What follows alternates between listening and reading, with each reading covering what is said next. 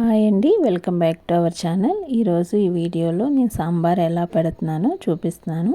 ఈ సాంబార్ అయితే చాలా టేస్ట్గా ఉంటుంది. ఇలా కనుక ఒకసారి ట్రై చేశారంటే లొట్టలు వేసుకుని తింటారంటే చాలా బాగుంటుంది. దీని ప్రాసెస్ ఏంటో ఇప్పుడు చెప్తాను. ముందుగా మనం ఏమేమి కూరగాయలు వేసుకోవాలనుకుంటున్నాం ముక్కలన్నీ కట్ చేసేసుకుని ఉంచుకోవాలి.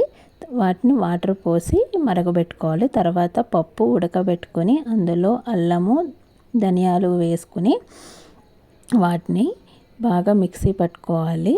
తర్వాత ఉడికిన కూరగాయ ముక్కల్లో ఇట్లా ఉడకబెట్టిన పప్పుని కలిపేసుకోవాలి. తర్వాత చింతపండు పేస్ట్ని వేసుకోవాలి. చింతపండు రసం కానీ పేస్ట్ కానీ నా దగ్గర పేస్ట్ ఉందని నేను పేస్ట్ వేసేసుకుంటున్నాను. ఇలా అయితే ఫాస్ట్గా కూడా అయిపోతుంది.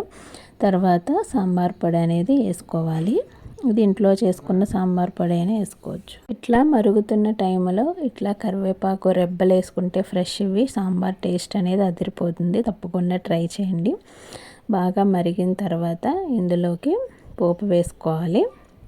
ఆవాలు, జీలకర్ర, కరివేపాకు, ఎండుమిర్చి, వెల్లుల్లిపాయలు, కొంచెం కొత్తిమీర కూడా వేసుకుని కొంచెం కారం కూడా వేసుకుని బాగా ఫ్రై చేసుకుని మరిగించి ఉంచుకుని సాంబార్లోకి వేసేసుకోవాలి.